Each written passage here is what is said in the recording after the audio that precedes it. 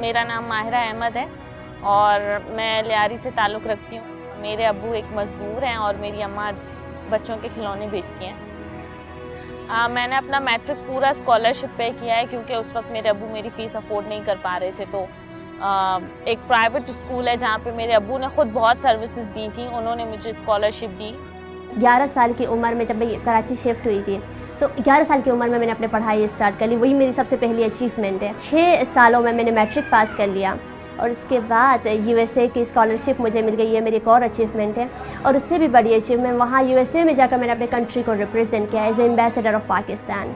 मैं क्लास 4 में थी तो वहाँ पे एक बच्ची थी जो बाहर कुल्फ़ी बेचती थी। जब मैंने उससे पूछा कि हमारी एज की थी वो, हम पढ़ते हैं, तुम क्यों नहीं पढ़ती? तो उसने कहा कि मेरे अब्बा मर चुके हैं और मेरी अम्मा के पास पैसे नहीं होते कि मैं पढ़ूं, इसलिए मैं यहाँ पे कुल्फ़ी बेचने के लिए आती हूँ। तो उस वक्त ये डिसाइड कर लिया था कि इंशाल्लाह बड़े होकर दूसरों के लिए कुछ ज़रूर करना है। बचपन से ही मुझे आईसाइट इश्यूज़ थे, यानी कुड यू बिलीव दैट कि मेरे पास सिर्फ 5% विजन है, तो 95% मैं ब्लाइंड हूँ। मैं किसी भी बंदे को शक्ल से नहीं पहचानती हूँ, सिर्फ आवाज़ से पहचानती हूँ। तो ये एक मेरे लिए बहुत बड़ा मतलब ऐसा बचपन में पैदा ही ऐसा होना कि आप दुनिया ना देखो, और एक ऐसी फैमिली में जिसको बिल्कुल भी एक्सपीरियंस नहीं है, और ऐसी सोसाइटी में जो मतलब कोई किसी के बारे में नहीं जानता है, सब मतलब आपको सब डिस्करेज कर रहे हैं। तो ऐसे सोसाइटी में पैदा होना और ऐसे फैमिली में पैदा होना ये बहुत बड़ा इशू था, वो एक बहुत बड़ा मसला मैंने अपने लिए बनाया हुआ था। वॉलंटियरली आज मुझे शायद 9 साल हो गए, मैं वॉलंटियरली ट्यूशन अभी भी पढ़ाती हूँ उन बच्चों को जो अपनी फ़ीस अफोर्ड नहीं कर पाते। पार्ट 1 में मैंने एक फेस्टिवल अटेंड किया था, यूथ फेस्टिवल लाहौर में। वहाँ से पता चला कि जो काम मैं सोच रही थी कि मुझे बड़े होके पढ़ के बहुत सारे पैसे कमा के करना पड़ेगा, ऐसा नहीं है। वो फेस्टिवल अटेंड करने के बाद बहुत सारे रास्ते खुले और बहुत सारी चीज़ों को पता चला कि जो हम करना चाहते हैं वो वाकई में हम लोग कर सकते हैं। इंटरेस्ट शुरू से था, पैशन भी था, मैं पढ़ना भी चाहती थी, लेकिन कभी लगता नहीं था कि मैं पढ़ पाऊँगी। एक्चुअली वो होता यूँ था कि जब भी मैं स्कूल जाती थी एडमिशन के लिए तो मुझे रिजेक्ट कर दिया जाता था कि हमारे पास वो फैसिलिटीज़ नहीं है तो हम मतलब पढ़ा नहीं पाएंगे। एक ऐसे कंट्री में जाना जहाँ पे आपकी कंट्री के बारे में मुख्तलिफ़ टाइप के स्टेरियोटाइप्स हैं, मुख्तलिफ़ तरह के वो सोचते हैं, किस तरह आपको लेते हैं, आप अपने कल्चर की बात करें, रिलीजन की बात करें, और जिस तरह के हालात हैं इनको देखकर उस कंट्री में जाना।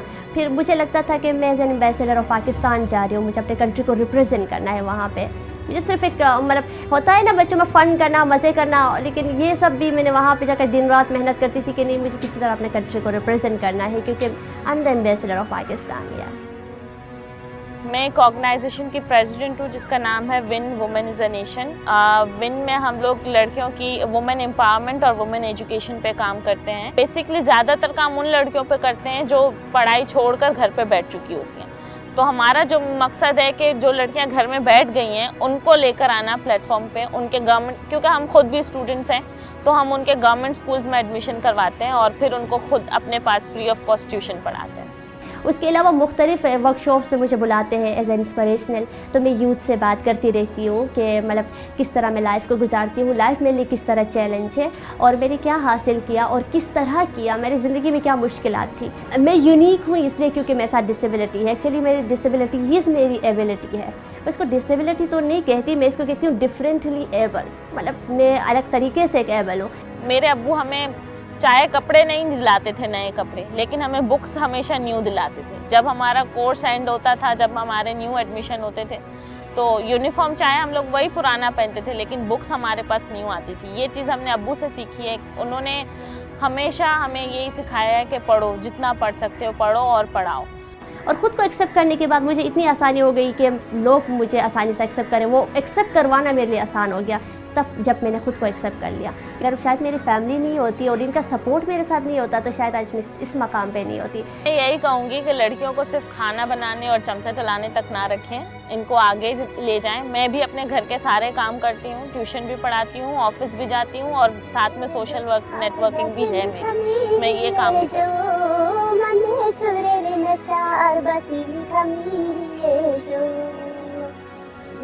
वारा करार बस लिखा मेरे जो मने चुरे नशार बस लिखा मेरे जो नियतन बंदगी फकदा थी तेरी यकी लाजिम मुझ बंदगी मेरे छुरी तेरी यकी तू केवल सजदार बस लिखनी है जो मने छुरे नशार बस लिखनी है जो